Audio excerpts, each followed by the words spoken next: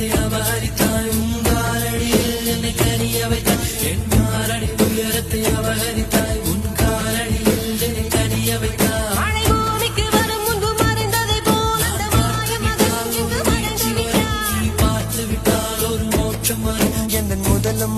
நீ முடிவு நீ முதலம் நீ